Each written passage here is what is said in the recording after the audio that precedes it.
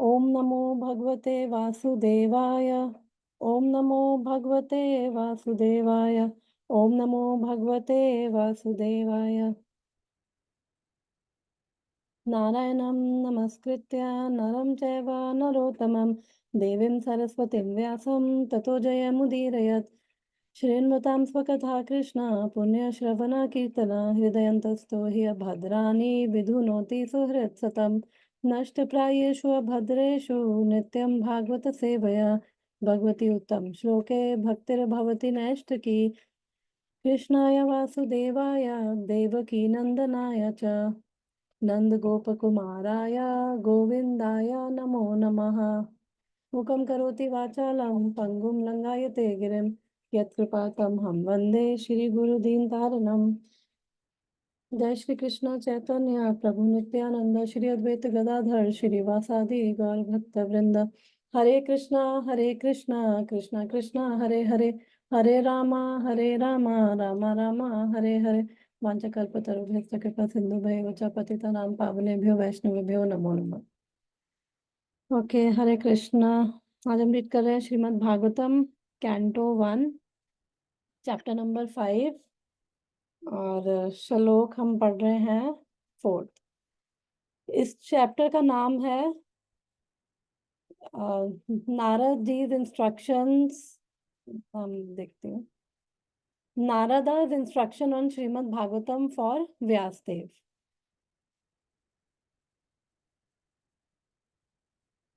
माता जी, आप सुन रहे हो अगर प्रेमानंद जी महाराज का, तो उन्होंने ये बताया था कैसे उनको जाके लाइक उनको आनंद नहीं आ रहा था कोई चीज में, तो फिर उन्होंने यस यस, वही वही हम उसी पोर्शन पे हैं आज। तो ये वर्स मैं रीड करती हूँ। जिज्ञासितम् अधीतं च ब्रह्म यत्तत् सनातनं तथापि सोच्यसि आत्मानम् अकृतार्थ इव प्रभो। जिज्ञासितम् अधीतं च ब्रह्म यत्तत् सनातनं तथापि सोच्यसि आत्मानम् अकृतार्थ इव प्रभो। आप रिसाइट करोगे माता जी? हाँ हाँ बिल्कुल। जिज्ञासितम् आथितं च ब्रह्म यत् यत् सनातनं तथापि शोचस्य आत्मानम् अकृतार्थ इव प्रभु। थैंक यू माता जी। ओके, तो अभी हमने नया चैप्टर जो स्टार्ट किया है, हमने लास्ट चैप्टर में भी पढ़ा था कि जब व्यासदेव हैं उन्होंने एक वेद था उसको 4 पार्ट्स में डिवाइड किया। और उससे पहले भी वो जब नदी के किनारे सरस्वती नदी के किनारे वो बैठे हुए थे, उन्होंने ध्यान किया तो उन्होंने देखा कि जो अब आगे आने वाला जो कलयुग है वो और डिग्रेड हो जाएगा और लोग श्रद्धाहीन हो जाएंगे और सतोगुण कम हो जाएगा और हर चीज की जो शक्ति है वो कम हो जाएगी। तो फिर उनको चिंता हुई कि ऐसा समय आएगा तो फिर लोगों का वेलफेयर कैसे किया जाए। तो फिर उन्होंने एक वेद जो था उसको 4 पार्ट्स में डिवाइड किया, फिर अलग अलग जो ऋषि थे उनको उनका हेड बना दिया और ऐसे फिर जो ज्ञान आगे ताकि ज्ञान आगे पास ऑन हो। और फिर उन्होंने सोचा कि अब ये जो वेद है हर कोई इनको एक्सेस नहीं कर सकता क्योंकि इसके लिए अधिकार अधिकार चाहिए होता है। इसके लिए भी क्वालिफिकेशंस चाहिए होती है, हर कोई वेद को पढ़ नहीं सकता है। तो फिर उन्होंने महा पुराण इतिहास महाभारत की भी उन्होंने रचना की और ताकि हर कोई जो है जो वेद नहीं भी पढ़ सकते एटलीस्ट महाभारत तो वो पढ़ सकते हैं। फिर उसके बाद भी उनको संतुष्टि नहीं मिली, पिछले चैप्टर में हमने देखा था। और फिर 31 वर्स में उन्होंने ये भी सोचा कि मैंने जो है भक्ति के बारे में अभी एक्सक्लूसिवली नहीं बताया, तो हो सकता है इस वजह से भी हो। फिर नारद जी वहाँ पे आए और वो स्माइल करते हुए आए। फिर जो वो वेद व्यास जी के गुरु हैं और उन्होंने फिर उनको वेद व्यास जी ने अपने जो गुरु हैं नारद जी उनको आसन दिया, उनको रिस्पेक्टफुली बिठा के उनकी वर्शिप करी और फिर ये चैप्टर 5th स्टार्ट होता है। और इसके अंदर हमने अभी 3 श्लोक पढ़े थे। तो जो नारद जी हैं, वो एक्चुअली चाहते हैं कि वेद व्यास जी ही वो बताएँ, क्योंकि उन्होंने एकदम से आके जो नारद जी हैं, उन्होंने जो हमने ये 3 श्लोकों में पढ़ा था, तो उन्होंने उनको बताया कि आप आप महान भाग्यवान हैं, आप पराशर मुनि के पुत्र हो, और फिर आपकी जो जिज्ञासाएँ हैं, वो सुसंपन्नम हैं, बहुत श्रेष्ठ हैं, पूर्ण हैं, तो फिर आपको क्या प्रॉब्लम है? और आप आपके जो वंश है, आप पराशर मुनि के पुत्र हो, तो उसमें भी कोई प्रॉब्लम नहीं है। और फिर 3rd वर्स में पढ़ा था कि हमने कि आप वो नारद जी ने बोला कि उन्होंने एक्चुअली 3 क्वेश्चन्स किए थे उनसे जब वो ऐसे बैठे हुए थे। फिर उन्होंने उनको बोला कि आप तो अपने शरीर और मन से भी पहचान नहीं करते हो, तो फिर आपको कैसे शोक हो सकता है? क्योंकि जो व्यास जी हैं, जिन्होंने इतना कुछ संकलन किया है, सारे वेद, पुराण, महाभारत, तो फिर हमने पढ़ा कि उनके अंदर कोई ऐसी कि उनके अंदर स्पिरिचुअल नॉलेज की कमी नहीं है, नॉलेज की कमी नहीं है, और पूरी उनको ज्ञान है, और वो जो ज्ञान है, वो पूरा उन्होंने अनुभव किया है। जो अभी ये श्लोक हमने पढ़ा है, तो अभी हम इसके अंदर वो मैं हिंदी भी निकाल लेती हूँ, हिंदी का ही है ये, हाँ। तो अभी इसका मीनिंग देके फिर इसका आगे डिस्कशन करते हैं।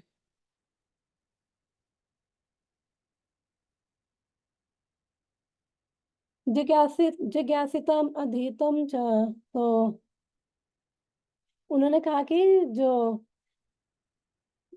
श्लोक ये रहा, जिज्ञासितम अधीतम च ब्रह्मा यत् तत् सनातनम। कि आपने जो आपने अधीतम यानी कि आपने पूरा ज्ञान प्राप्त किया हुआ है, और जो भी आपने लिखा है ऐसे नहीं लिखा है, पूरा अनुभव करके, और आपको परम ब्रह्म का भी ज्ञान है, और आप उस शाश्वत जिज्ञासितम ब्रह्मा यत् तत् सनातनम, आप उस सनातन, उस शाश्वत सत्य को आप जानते हो, और आपने उसको तथापि सोच्यसि आत्मानम् अकृतार्थो एव प्रभु। तो कह रहे हैं कि यहाँ पे प्रभुपाद मीनिंग लिखते हैं, तथापि फिर भी सोचसी आत्मानम, फिर भी आप ये पश्चाताप क्यों कर रहे हो? और आत्मानम, अपने आप को अकृत अर्थ यानी कि व्यर्थ में, इव प्रभु, इव यानी श्रीदृश प्रभुपाद लिखते हैं प्रभु हे महाशय, कि आप अपने आप को फिर व्यर्थ में इतना आप हताश क्यों हो रहे हो? तो purport by his divine grace A C Bhaktivedanta Swami Srila Prabhupada, translation और परपट दोनों। तुमने निराकार ब्रह्म विषयक एवं उससे प्राप्त होने वाले ज्ञान को भली भांति लिपिबद्ध किया है, तो इतना सब होते हुए हे मेरे प्रभु, अपने आप को व्यर्थ समझकर हताश होने का क्या बात है? तो अब नारद जी जब उनसे क्वेश्चन पूछ रहे हैं, तो तीसरा प्रश्न यही है कि आपने तो जो निराकार ब्रह्म है, आपने आपको तो उसका भी ज्ञान है, और आपने उसको लिपिबद्ध भी कर दिया है, आपने उसको भी लिख दिया है, वो ये निराकार ब्रह्म के बारे में भी। तो वो कह रहे हैं उसके बाद भी आप क्यों व्यर्थ में आप इतने हताश हो रहे हो? तो मैं दोबारा से रिवाइज़ करवा देती हूँ, जो उन्होंने 3 उनसे प्रश्न किए थे, ये चैप्टर जैसे ही स्टार्ट होता है, तो उन्होंने उनको पहले बोला कि आप तो महाभाग्यवान हो, आप पराशर मुनि के पुत्र हो। 1 सेकंड। हरे कृष्णा माता जी। हरे बोल, हरे कृष्णा। तो वो ये चैप्टर 5 में वो नारद जी बोल रहे हैं कि मैं दोबारा से ये 3 जो प्रश्न उन्होंने किया वो रिवाइज़ करवा रही हूँ, कि आप तो महाभाग्यवान हो, आप पराशर मुनि के पुत्र हो, और तो वहाँ भी कोई प्रॉब्लम नहीं है, इतनी अच्छी आप लाइनेज से आ रहे हो। फिर सेकंड वो कह रहे हैं कि आपकी जो जिज्ञासितम सुसंपन्नम, कि जो आपकी जिज्ञासाएँ हैं, वो भी पूरी पूर्ण हैं, जो भी आपने ये जिज्ञासाएं करी है वो भी पूर्ण है। और फिर ये बोल रहे हैं कि आप अपने शरीर और मन से भी आपकी पहचान नहीं है, क्योंकि जो मेन रूट कॉज होता है प्रॉब्लम का वो यही है कि भौतिक संसार में शरीर या मन से पहचान होती है, उसकी वजह से ही सारा वो अटैचमेंट, फियर, एंगर, वो सब चीजें आती हैं। और फिर वो ये भी कह रहे हैं कि ये आप इवन धर्म की जिज्ञासा करने में भी आप श्रेष्ठ हो, और दूसरों का कल्याण करने में भी आपने कोई कसर नहीं छोड़ी। आपने महाभारत की भी रचना करी, और अब इस वर्ष में बोल रहे हैं कि आपको तो ब्रह्म का भी अनुभव आपको प्राप्त हो गया है। तो फिर आप क्यों इस शोक में हो? आपको क्यों ये माइंड में डाउट है? आपको क्यों ये शोक है? क्योंकि जो सेल्फ रियलाइज सोल्स होती हैं वो तो ब्रह्म भूता प्रसन्न आत्मा, न सोचती न कांक्षती, तो उनको तो किसी प्रकार का शोक होता ही नहीं है। तो अब नारद मुनि उनसे आके प्रश्न कर रहे हैं, तो इसका तात्पर्य पढ़ते हैं। वेदांत सूत्र या ब्रह्म सूत्र का संकलन श्री व्यासदेव ने किया है, और उसमें निर्गुण ब्रह्म की पूर्ण चर्चा की गई है, और यह विश्व की सर्वाधिक सम्मानित दार्शनिक व्याख्या मानी जाती है। इसमें विषय को समेटा गया है और इसकी प्रतिपादन शैली पांडित्यपूर्ण है। अतः व्यासदेव के दिव्य पांडित्य के विषय में संदेह करने का प्रश्न नहीं उठता। तो फिर उन्हें इस प्रकार शोक क्यों करना चाहिए?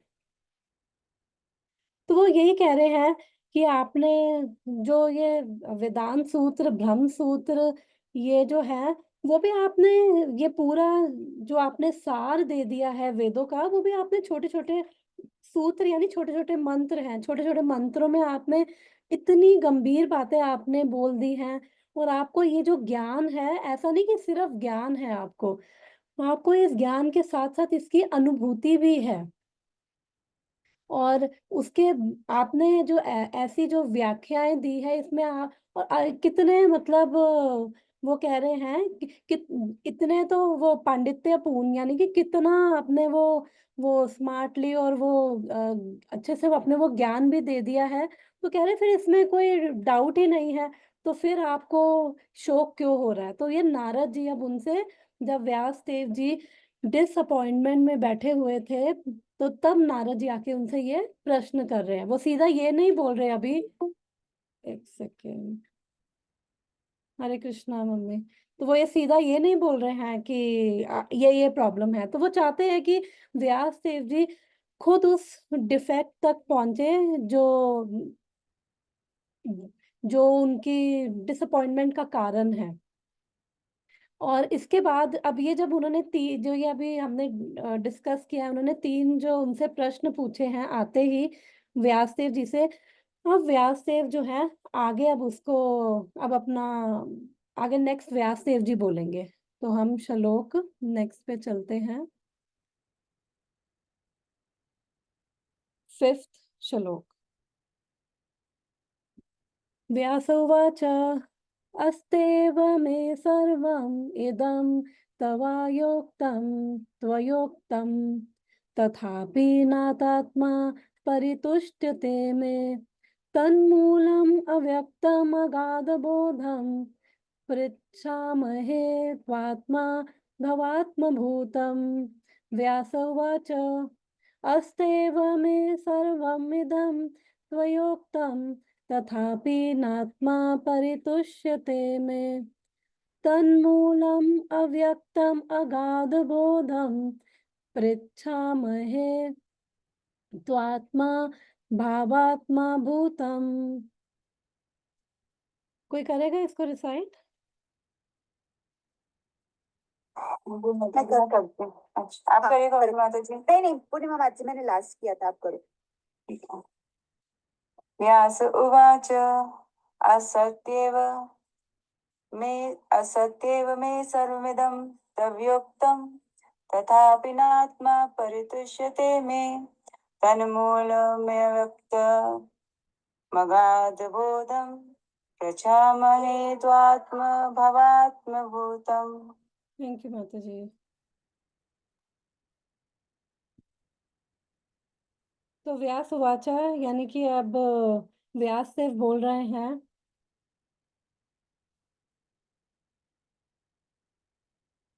इसका मीनिंग देखते हैं हिंदी में, एक बार इसका मीनिंग देख लेते हैं इस श्लोक का। हाँ यही है। व्यास उवाचा, व्यासदेव ने कहा, अस्तेव में सर्वम इदम त्योक्तम। अस्ति है एवं निश्चय ही में मेरा सर्वम समस्त इदम यह है। त्वया त्वया आपके द्वारा उत्तम कहा गया। अब वो बोल रहे हैं कि जो भी आपके द्वारा अभी आपने जो बोला है, आपने बिल्कुल ठीक बोला है।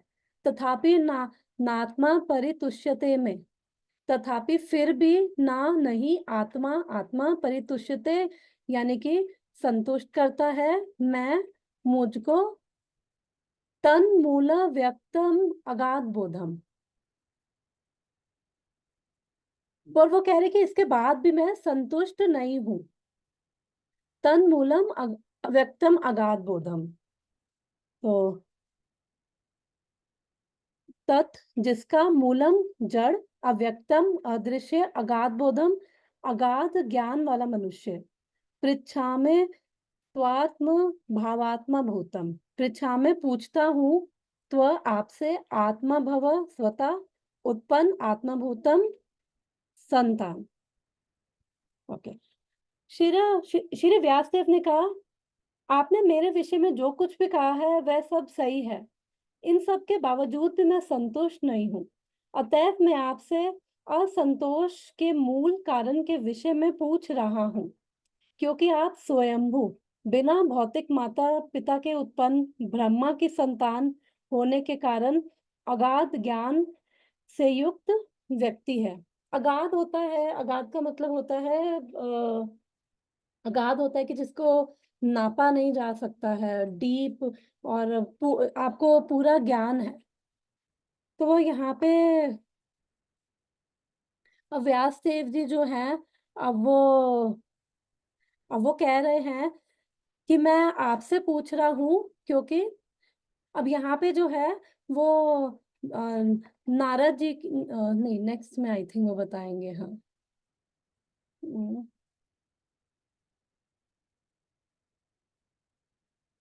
ओके। तो अब यहाँ पे व्यास देव जी उनसे पूछ रहे हैं कि मैंने इतना जो पीछे जो भी नारद जी ने बोला है उनके बारे में कि आप वो जो भी हमने डिस्कस किया था वही सब नारद जी ने उनके बारे में बोला कि आपको तो ये ब्रह्म का भी ज्ञान है और आप पराशर मुनि के पुत्र हो और आप ना शरीर और अपने मन से भी आप पहचान नहीं करते हो। तो कह रहे हैं आपने जो भी बोला है वो सब सही बोला है। और इतना कुछ जो महाभारत की रचना उन्होंने, जो हमने पिछले चैप्टर में भी पढ़ा था कि उन्होंने पुराण महाभारत की भी रचना करी ताकि, क्योंकि वो सबके वेलफेयर के बारे में सोच रहे थे कि कैसे ये कलयुग की जो डिग्रेडेड एज है, कैसे जो लोग हैं वो इस एज में भी कैसे वो शास्त्रों के अगर अनुसार नहीं चलेंगे तो उनके कर्म शुद्ध नहीं हो पाएंगे। तो उन्होंने वो सब किया। फिर नारद जी ने भी जो ये पूछा तो उन्होंने कहा कि हाँ, कि जो आपने बोला है सही बोला है। और उसके ये सब करने के बाद भी मैं संतुष्ट नहीं हूँ। तो कह रहे इसलिए मैं आपसे रूट कॉज पूछ रहा हूँ क्योंकि आप स्वयंभू हैं। स्वयंभू हैं, स्वयंभू की संतान होने के कारण अगाध ज्ञान से युक्त व्यक्ति है। स्वयंभू यहाँ पे किसको बोला गया? ब्रह्मा जी को बोला गया है, क्योंकि जो ब्रह्मा जी हैं उनके भौतिक माता पिता नहीं है। यहाँ पे ट्रांसलेशन में लिखा हुआ है। तो ब्रह्मा जी के पिता कौन है? कृष्णा। विष्णु। विष्णु। हाँ, कौन से विष्णु? हमने पढ़ा था। हाँ, यस, गर्भोदक्षाय विष्णु। गर्भदशा। क्योंकि गर्भोदक्षाय विष्णु जी के नाभि से कमल निकलता है और लोटस। हाँ यस, तो उस कमल में ब्रह्मा जी जो हैं वो वहां से उत्पन्न होते हैं। इसलिए ब्रह्मा जी को विष्णु गर्भा भी बोला जाता है, क्योंकि उनके कोई माता पिता नहीं है और विष्णु जी के गर्भ से वो उत्पन्न हुए हैं। तो यहाँ पे वो बोल रहे हैं कि ये हम कौन सा फिफ्थ पढ़ रहे हैं ना? हाँ। तो यहाँ पे वो बोल रहे हैं कि आप क्योंकि आप जो है वो स्वयं ब्रह्मा जी के संतान होने के कारण आप अगाध ज्ञान से युक्त व्यक्ति हैं। क्योंकि जो ब्रह्मा जी हैं हम सब जानते हैं कि वो फर्स्ट लिविंग बीइंग है। और उनको भागवतम के स्टार्टिंग में ही श्लोक आता है, जो फर्स्ट श्लोक है उसी में ही वो बोला गया है कि ब्रह्मा जी को ज्ञान प्राप्त हुआ था, भगवान से उनको ज्ञान प्राप्त हुआ था, तेने ब्रह्मा हृदय आदि कवि। तो कि जो ज्ञान है वो ब्रह्मा जी के हृदय से भगवान के द्वारा प्राप्त हुआ था, तो वो सारा ज्ञान ब्रह्मा जी को है। और आप वो व्यास देव जी कह रहे हैं कि आप उनकी संतान हो। और उनकी संतान होने के कारण आप अगाध बोध हो, क्योंकि जो ब्रह्मा जी से सारा ज्ञान नारद जी को मिला है, क्योंकि नारद जी उनके पुत्र भी हैं और ब्रह्मा जी उनके गुरु भी हैं। और जो इवन जो हमारी संप्रदाय भी है, ये ब्रह्मा गौड़ी संप्रदाय, ये भी कहाँ से स्टार्ट हुई है? ब्रह्मा जी से ही स्टार्ट हुआ है। तो भगवान कृष्ण से ब्रह्मा जी को ज्ञान, फिर आगे नारद जी को ज्ञान, फिर व्यास देव जी को, तो ऐसे आगे ज्ञान पास ऑन होता है। इसका हम पढ़ते हैं, एक मिनट। ओके। ओके, ये नेक्स्ट पेज।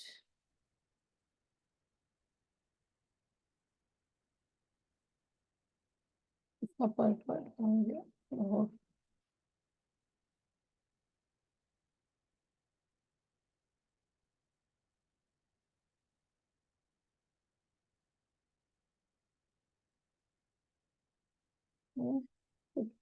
ठीक ही नहीं रहा। ओके, यानी से, हाँ ये इसका तात्पर्य। ओहो, जैसे माउस इधर करो वो उधर हो जाता है माउस। यही है। ओहो, थोड़ा सा माउस मूव करते हुए उधर मूव हो जाता है। हाँ, एक सेकेंड। ओके, तात्पर्य। भौतिक जगत में प्रत्येक व्यक्ति शरीर या मन की पहचान आत्मा से करता है। इस तरह इस भौतिक जगत का सारा ज्ञान या तो शरीर से या मन से संबंधित होता है, और यही समस्त विषादों का मूल कारण है। इसका सदा ही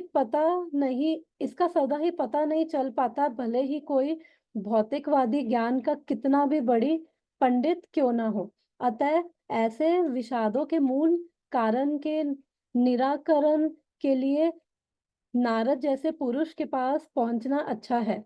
नारद जी के पास क्यों जाया जाए, इसकी व्याख्या आगे की गई है।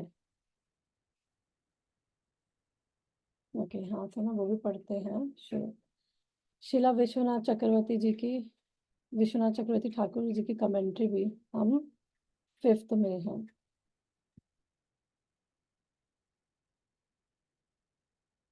Vyasa said, "What you said about me is true, yet my mind and body are not satisfied.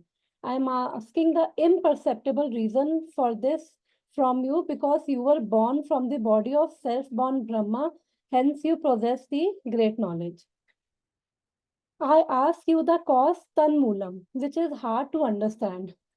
ये जो कारण है वो तन्मूलम, which is hard to understand, में अवक्तम, द पार्टिकल ही indicates that he does not know. I ask you because you were born भूतम from the body atma of brahma, atma bhava, the power derived from the lineage of your father is the cause of your having great unfathomable knowledge, agad bodham। तो basically वो इस श्लोक में वो यही कह रहे हैं कि जो जनरली जो भी लोग हैं संसार में, वो अपनी पहचान शरीर और मन से करते हैं, और ज्यादा से ज्यादा जो कोशिश होती है वो यही कोशिश होती है कि शरीर और मन ही है वही हमारा सेटिस्फाई हो। और सारा जो भी हम एफर्ट भी कर रहे हैं भौतिक जगत में, जो भी सारा ज्ञान है वो किससे संबंधित है? शरीर और मन से ही संबंधित है। तो यहाँ पे वो बोल रहे हैं यही हमारे जो सारा समस्त विषाद है, हमारे दुखों का कारण यही है। और कोई कितना भी पंडित क्यों ना हो, लेकिन वो भी ये चीज समझ नहीं पाता है एक्चुअली। एक सेकेंड।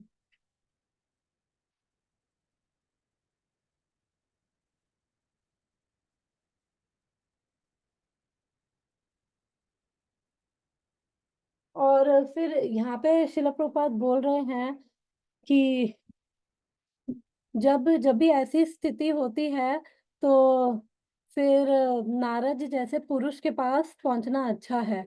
और वो कह रहे कि अब नेक्स्ट वर्स में आगे नारद जी की एक्चुअली क्वालिटीज बताएंगे कि क्या क्वालिटीज है। और क्यों उन जब ऐसी स्थिति हो, क्योंकि जो भी हम कर रहे हैं शरीर और मन से, जिसकी भी पहचान हमारी हो रही है, जो भी हमारे सारे कार्य हैं, हमारे सारे कर्म हैं, हम अपने ही बॉडी या माइंड की सेटिस्फेक्शन के लिए ही कर रहे हैं।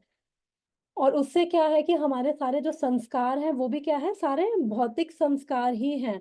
और हमारा बहुत जितने हमारे ये ऐसे भौतिक संस्कार रहेंगे तो हमारा उतना वो फेथ इन भौतिक चीजों में, इन भौतिक शेल्टर्स में हमारा जो फेथ है, वो सारा फेथ वहीं पे, हमारी सारी चेतना वहीं पे रहती है। और इससे ज्यादा फिर ऊपर उठना बहुत मुश्किल होता है। और ये सब हम एक्सपीरियंस अपनी लाइफ में हम सब कर सकते हैं कि कितना कठिन होता है। हम इतना सुनते भी हैं और उसके बाद भी जब तक सुन रहे हैं तब तक तो ठीक लगता है, तब तक हृदय में भी थोड़ा वो अंदर से वो प्रेरणा होती है कि नहीं, अब भक्ति करनी है, भगवान की शरण में जाना है। बट जैसे ही फिर गए वहां से बाहर तो फिर वापस से वही कॉन्शियसनेस, क्योंकि वो कितने लाइफ टाइम से वो जो कॉन्शियसनेस है हमारे अंदर वो इनग्रेन्ड है।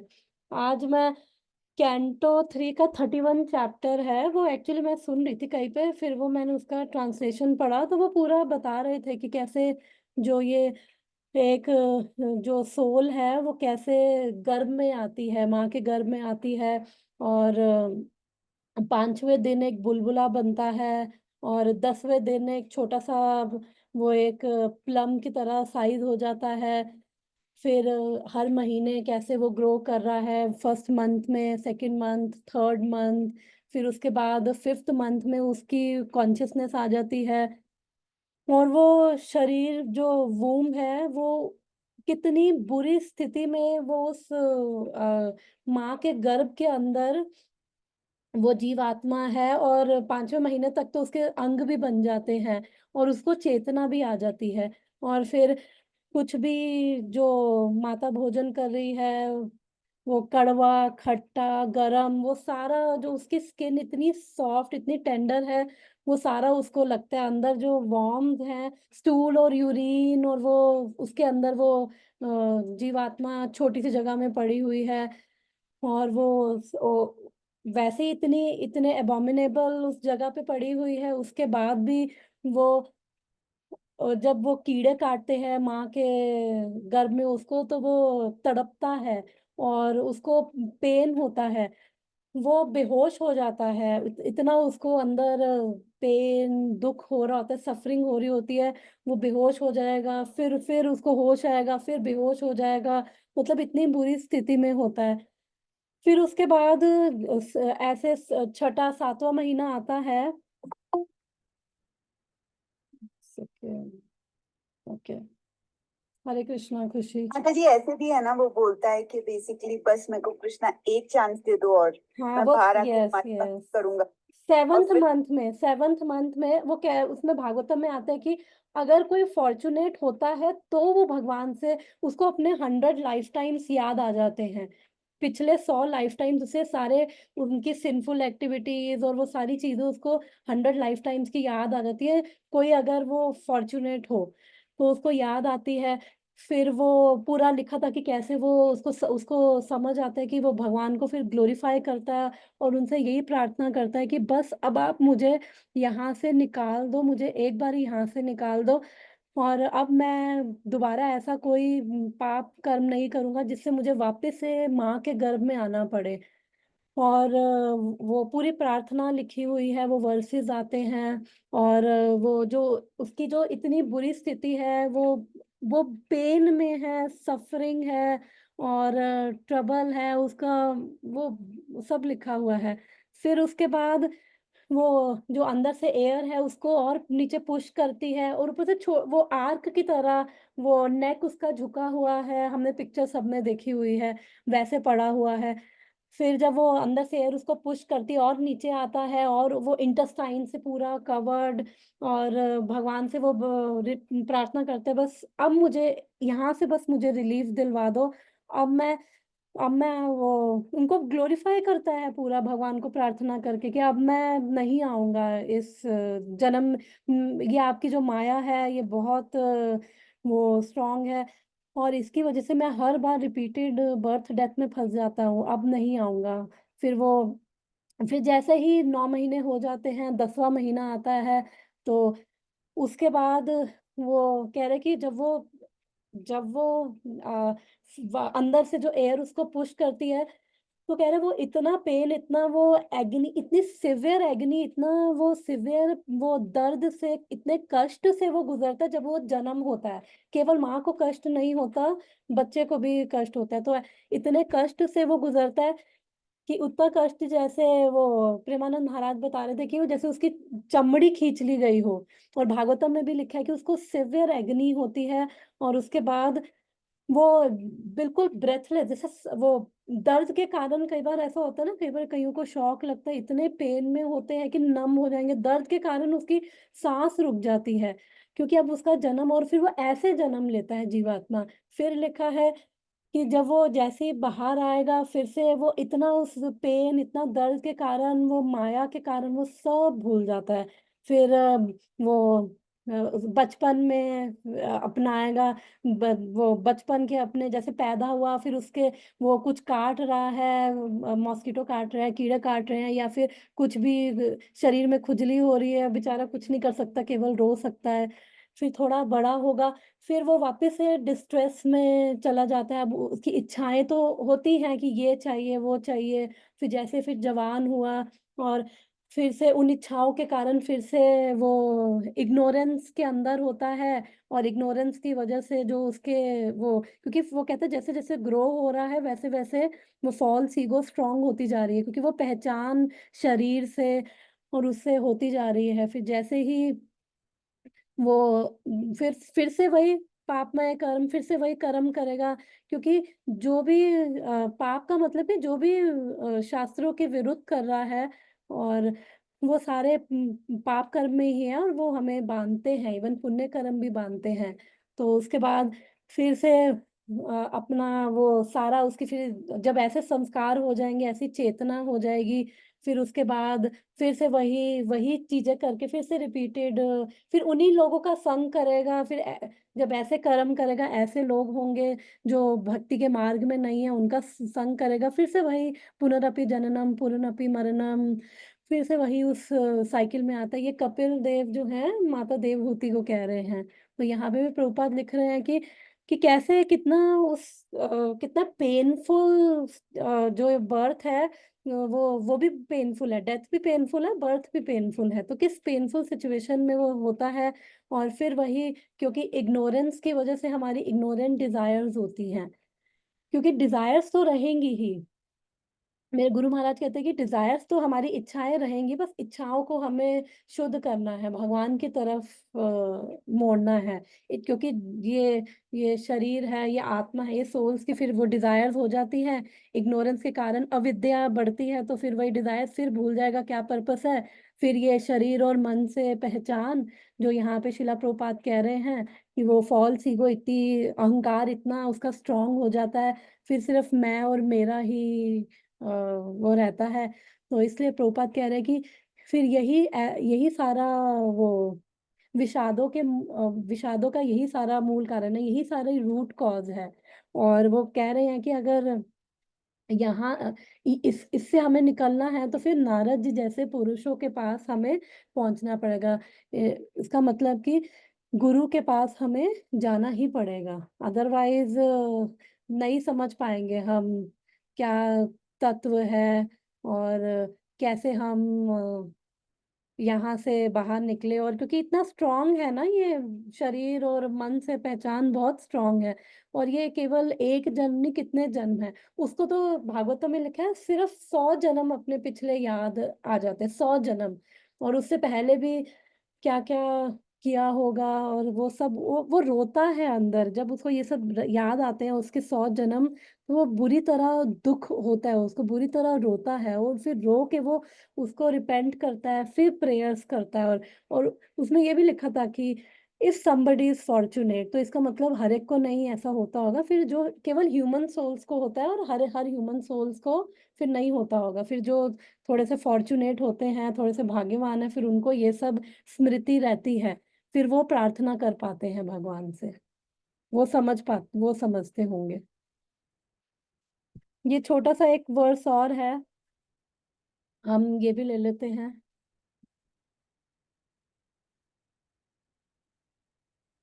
स वै भवान् वेद समस्तगुह्यम्, उपासितो यत्पुरुषः पुराणः, परावरेशो मनस्व मनसैव विश्वं सृजत्यवत्य इति गुणैरसङ्गा।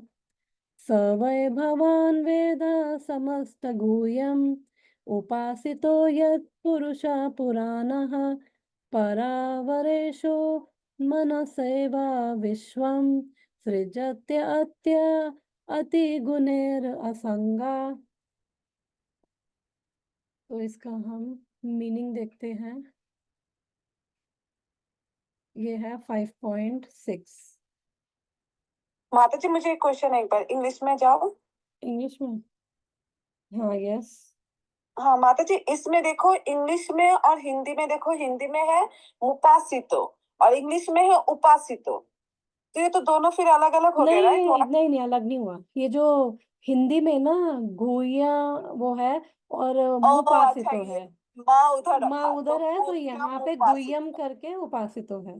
गुह्यम उपासितो होगा फिर। हाँ, वो अच्छा, बहुत वर्ड साइलेंस हो तभी वो ना हाइफन लगा रखा है, गुइयम उपासितो है एक्चुअली। गया। ओके ओके, ठीक है माता जी, थैंक यू। ओके, ये हाँ, हाँ, हाँ, ठीक है। हाँ, यही पढ़ा ना हमने, सवय भवान। हाँ, तो अब वो कह रहा है, इसका मीनिंग देखते हैं। स वै भवान वेद समस्त गुह्यम। तो स, क्योंकि आप ऐसे हैं, तो कह रहे इस तरह। कैसे? स वै निश्चय ही भवान आप। क्या है वो? आ, आत्मा भवात्मा भूतम, ये एक्चुअली पिछले श्लोक में था कि आप ब्रह्मा जी के पुत्र हो, आप अगाध बोध हो, इसलिए वो बोल रहे हैं। और बोल रहे हैं कि वेदा समस्त गुह्यम, कि आपको जो वेद है उनकी गुह्य, आप उनके गुह्य बातें भी जानते हो, यानी कि आप उसका एसेंस जो डीप, उसका जो गोपनीय है, जो किसी को भी नहीं पता, आप तो वो भी जानते हो।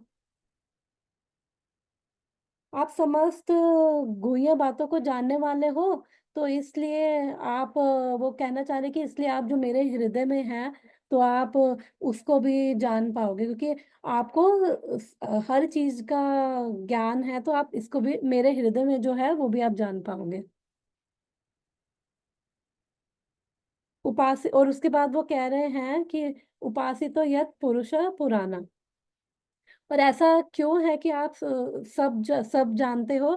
क्योंकि आपके द्वारा पुराण पुरुषा कौन है? भगवान श्री कृष्ण हैं। क्योंकि आपके द्वारा जो ये पुराण पुरुष भगवान हैं, आपके द्वारा वो आराधित हैं। और अब भगवान कृष्ण की वो यहाँ पे क्वालिटीज़ बता रहे हैं। भगवान कृष्ण की क्या क्वालिटीज़ हैं? परावेशो। तो यहाँ पे प्रभुपाद लिख रहे हैं, भौतिक तथा आध्यात्मिक जगतों के नियंता। कि यानी कि आप उनके जो भी स्पिरिचुअल और मटेरियल वर्ल्ड है, आप उनके कंट्रोलर हो। और दूसरी यहाँ पे भगवान की क्वालिटी क्या बता रहे हैं? मन सेवा। मन सेवा यानी कि जो भी सब कुछ जगत में है, वो केवल आपके मन के द्वारा ही वो सारी सृष्टि हो जाती है। आप भगवान को कुछ करना थोड़ी पड़ता है, वो केवल इच्छा है, इच्छा मात्र से ही उनके मन से सब कुछ हो रहा है। कोई कोई हाथ नहीं, कोई कुछ नहीं कर रहे, बस मन से ही सब कुछ हो रहा है। और तीसरी क्वालिटी यहाँ पे बता रहे हैं कि वो विश्वम सृजत्यवत्यति, कि वो जो ये भौतिक जगत है, विश्व यानी कि ये पूरा ये जो जगत है उसके सृजन करता है और उनके पालन और उनके संहार करते हैं। यहाँ पे लिखते हैं सृजति उत्पन्न करते हैं, अवति अति संहार करते हैं। तो वो उनके वो पालन कर रहे हैं, वो उत्पन्न कर रहे हैं, संहार कर रहे हैं, पालन कर रहे हैं। फिर उसके बाद फोर्थ यहाँ पे क्वालिटी भगवान की बताई है, गुणेर असंगा, कि जो ये तीन गुण हैं वो भगवान इन तीन गुणों से परे हैं। और इसलिए क्योंकि आप ऐसे भगवान की आप आराधना करते हो, इसलिए जो भी गोपनीय चीजें हैं, जो भी कॉन्फिडेंशियल है, सीक्रेट्स है, वो आपको सब आपको ज्ञात है। तो इसलिए आपको मेरे मन का भी जो जो मेरे मन के अंदर उनके अंदर कोलाहल चल रहा है, तो आप आपको वो भी ज्ञात है। तो बेसिकली वो ये कहना चाह रहे हैं। अब इसका ट्रांसलेशन, हे प्रभु, जो कुछ भी गोपनीय है वह आपको ज्ञात है, क्योंकि आप भौतिक जगत के सृष्टा तथा संहार एवं आध्यात्मिक जगत के पालक आदि भगवान की पूजा करते हैं, जो भौतिक प्रकृति के तीन गुणों से परे हैं। एक बारी शिला विश्वनाथ चक्रवर्ती ठाकुर जी की भी वो देख लेते हैं। Certainly you know all the secrets because you worship the original person, the Lord of cause and effect, जो सब जगत के कारणों के कारण है, और who remains unaffected, creates, maintains and destroys the universe along with the gunas by his will alone। कि मतलब वो इन तीन गुणों से भी, हमने पढ़ा था ना भागवतम में एक श्लोक में, कि ये जो ब्रह्मा जी के वो एक ही पुरुष हैं, और वही हरि विरंची संध्या, वही हरि के रूप में सृष्टि कर रहे हैं, और ब्रह्मा के रूप में वही पालन कर रहे हैं, और वही भगवान शिव के रूप में सबका संहार करें, वो एक ही पुरुष है। तो वो वही कह रहे हैं उसके बाद भी। और ये तीन गुणों, जो हमारी भौतिक प्रकृति है, ये तीन गुणों से ही बनी है, सतोगुण रजोगुण तमोगुण। वो इन सब से डील कर रहे हैं, लेकिन इन सब से वो परे हैं। इन सब से डील करते हुए भी जो भगवान कृष्ण है, इन सब से परे हैं। जैसे मैग्नेट होती है, अगर किसी सरफेस पे अगर मैग्नेट को अगर हम चलाएंगे और नीचे कुछ पड़ा होगा, तो वो अपने आप मैग्नेट की ओर आएगा। मैग्नेट डायरेक्ट नहीं भी उसका टच होगा, फिर भी वो मैग्नेट से वो चलना शुरू हो जाएगा। तो ऐसे ही भगवान जो है, डायरेक्ट कांटेक्ट में नहीं है तीन गुणों के, लेकिन स्टिल वो अपनी विल से, उनकी अपनी शक्ति से ही वो सब कुछ ये कर रहे हैं।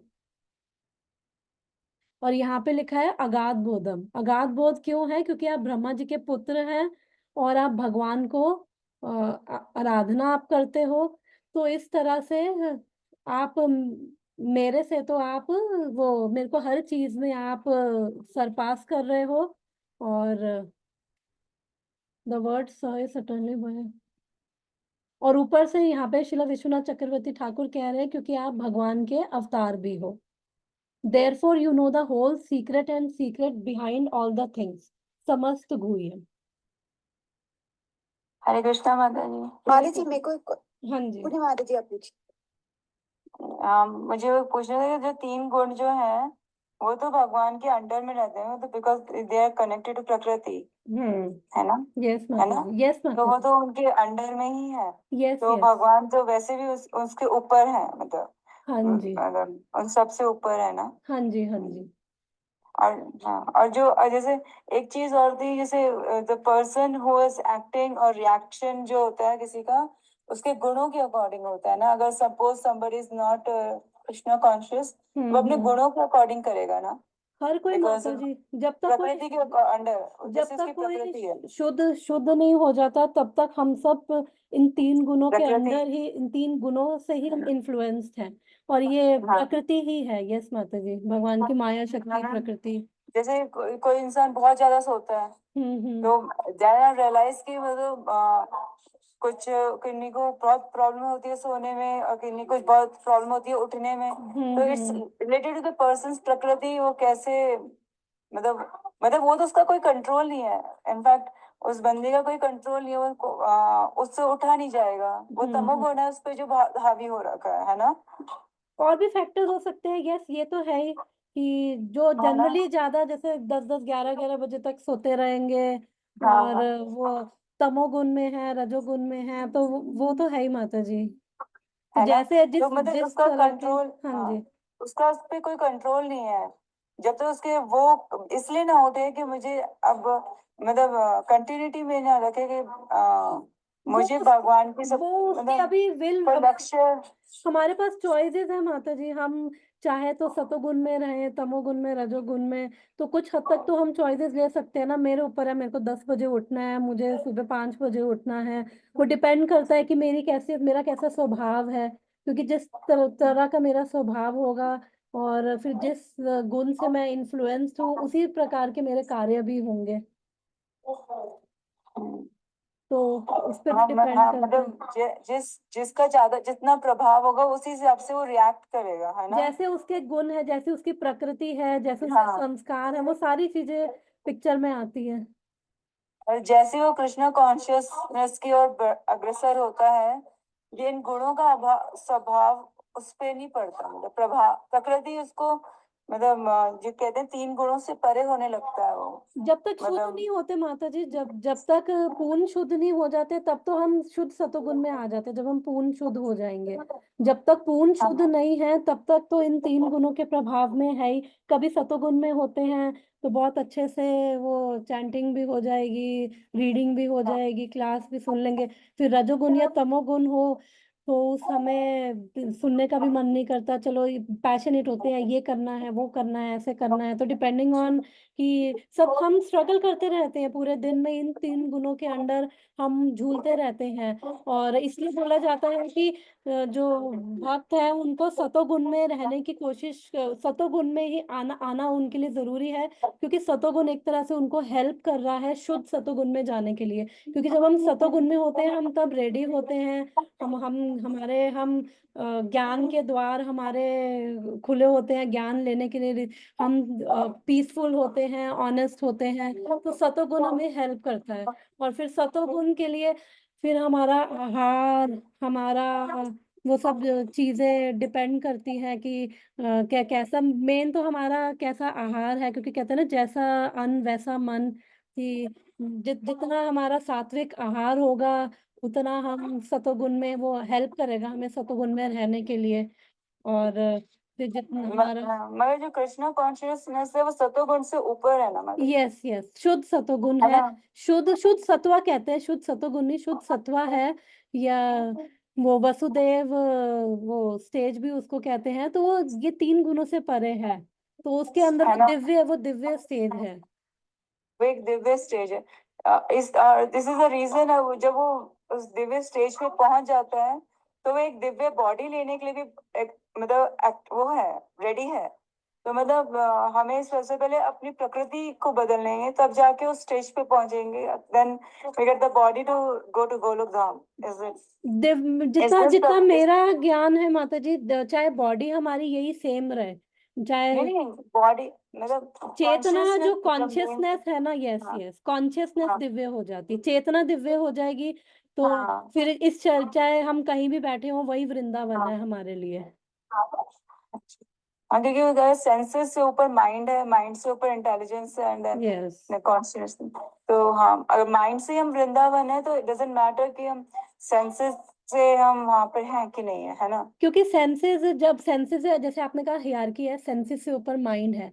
क्योंकि अगर हाँ जी, माइंड, हमारा माइंड से ऊपर बुद्धि है, अगर हमारी बुद्धि दिव्य हो गई है, तो हाँ उसके जी, बाद इसका मतलब बुद्धि के अंदर पावर है डिसीजन लेने की। अगर बुद्धि दिव्य हो गया तो मन और इंद्रियां अपने आप ही वो कंट्रोल में होंगी। क्योंकि बुद्धि दिव्य है, इसका मतलब मन और इंद्रियां भी अब वो हट चुकी हैं भौतिकता से, तभी बुद्धि वो दिव्य हुई है। और इधर उधर अब वो इंद्रियां परेशान नहीं कर रही है। वो शुद्ध सत्व में यही है कि वो स्थिर हो चुका है, वो दिव्य प्लेटफॉर्म पे पहुंच चुका है।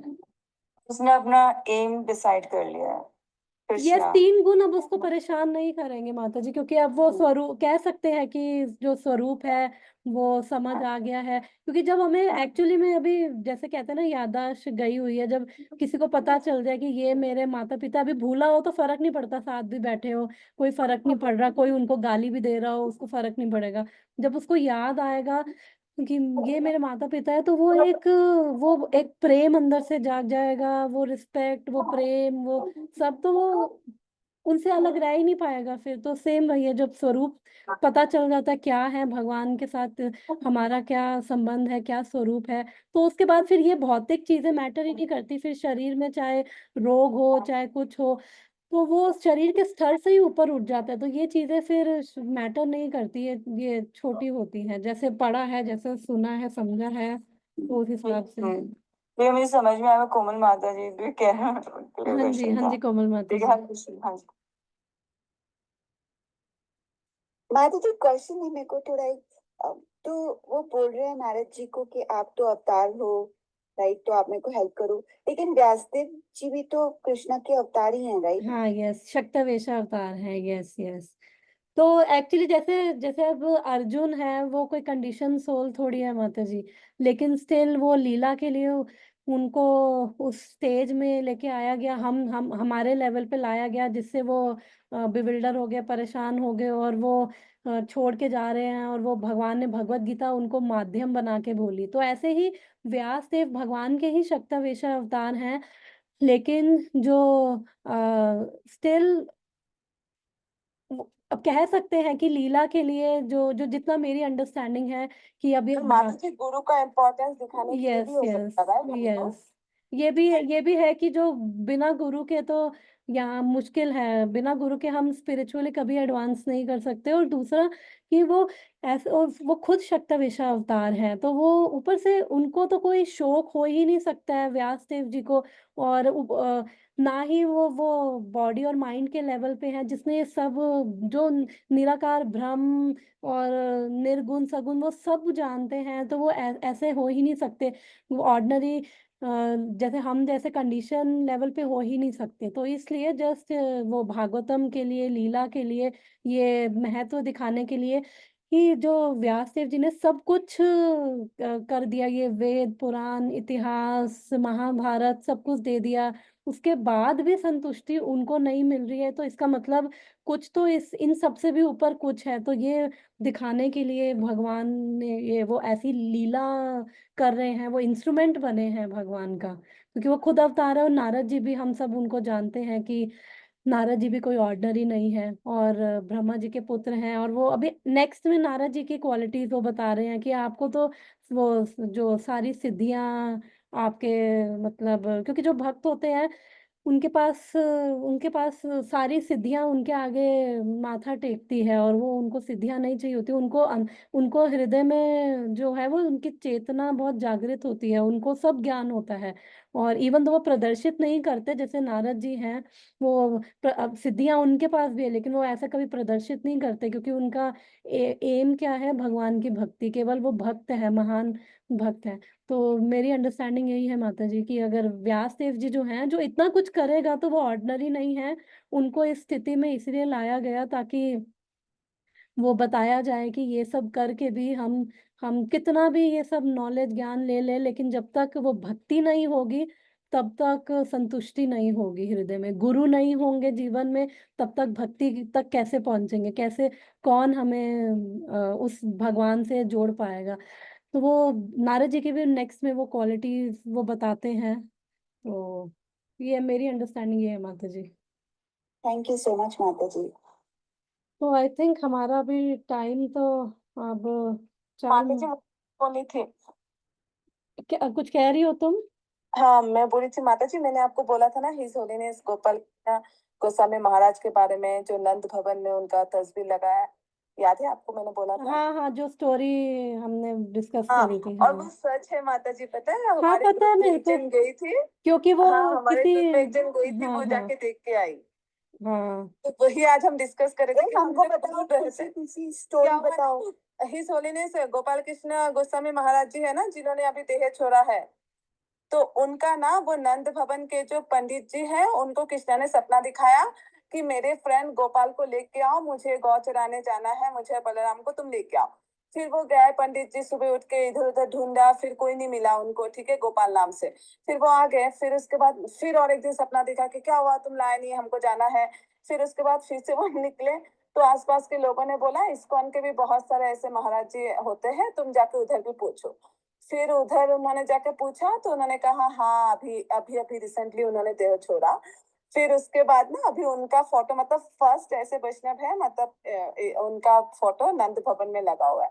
तो मुझे लगा ठीक है, मतलब शायद बोल रहे होंगे, बट पता है वो हमारे ग्रुप में ही एक लेडी गई थी, तो वो जाके देख के आए, अभी गए थे वो लोग नंद भवन, तो वो लोग जाके देख के आए। तो वही हम आज डिस्कस कर रहे थे, जब गुरु रहते हैं तब हम गुरु का इम्पोर्टेंस नहीं समझते ना, हम गुरु को सोचते हैं कि अरे उनको भी बीमार हो रही है, उनको भी ये हो रहा है, तो हम उनको मतलब सोचते हैं कि ऐसी हमारे जैसी है, बट वो क्या है, मतलब वही मैं मम्मी को बोल रही थी कि सोचो, मतलब कृष्णा खुद बोल रहे कि मेरा फ्रेंड को लेके आओ, मतलब कितने ऊंचे स्तर में थे। और जब हम यहाँ पर आए, हम यहाँ पर जब थे वो कभी हम, मैं मम्मी को वही बोल रही थी कि कहीं जब भी मैं इंडिया जाऊंगी मैं अपने गुरु से जरूर मिलने जाऊंगी, चाहे कहीं पर तो भी अब रहे। इससे इससे क्या सिद्ध होता है कि जो हम जिन शिला प्रभुपाद के हम अंडर हैं, जिस संस्था जो हमारी इस्कॉन है, वो क्या है, बोनाफाइड है। जो मार्ग उन्होंने दिया है, जो हमें उन्होंने हरि नाम जाप करने के लिए दिया है, अगर, क्योंकि गोपाल कृष्ण गोस्वामी महाराज जो हैं वो भगवान के ही पार्षद थे, तभी तो वो उनको सपना आया उनको, और वो ढूंढे, फिर उसके बाद इस्कॉन में आए। तो इसका मतलब हम जहाँ पे हैं बिल्कुल राइट प्लेस पे हैं, बस हमें यहीं पर ही इसी मार्ग में शिला प्रभुपाद की गाइडेंस में, अपने गुरुजन की गाइडेंस में रहना है, और हमें हताश नहीं होना है, और अब फेथ रखते हुए भगवान पे हमें अपनी साधना पूरी सिंसियरिटी से करनी है। तो इससे सब कितना वो हमें विश्वास मिलता है ना कि कितना बोनाफाइड है। कई बार किसी के माइंड में अगर डाउट भी हो कि जो हम कर रहे हैं सही कर रहे हैं, जो जिस मार्ग में है बोनाफाइड है या नहीं, मिलेंगे भी कृष्ण, ऐसा आता होगा मन में, मिलेंगे भी कृष्ण या नहीं। तो अगर उनको हरे कृष्ण मैम। हरे माता जी, कृष्ण। निद्रा माता जी ने मुझे बताया कि जब powerful way to chant is कि जब आप चैंटिंग करो तो प्रार्थना करो उनसे कि मुझे अपनी सर्विस में लगा दो कृष्ण, राधा गोविंद को, मतलब राधा कृष्ण को। यस तो यस यस, ये मतलब वन ऑफ द थिंग जो अभी शायद कॉल कटने वाली, इसलिए मैंने बोला। यस, थैंक यू माता जी, थैंक यू। यस यस, तो हम भगवान से प्रार्थना करते हुए हम अपना विश्वास ना खोए। और एक स्टोरी भी बोलूंगी जो हाँ हमारे लिए श्योर श्योर। हाँ, मैं, मेरे पास भी स्टोरीज है, मैं भी नेक्स्ट क्लास में बताऊंगी। काफी प्रभुपाद की भी स्टोरीज हैं, क्योंकि नेक्स्ट में वो गुरु के बारे में आएगा ना, वो नारद जी का। तो ग्रंथराज श्रीमद् भागवतम की जय, शिला प्रभुपाद की जय। Thank you so much everyone. Hare Krishna.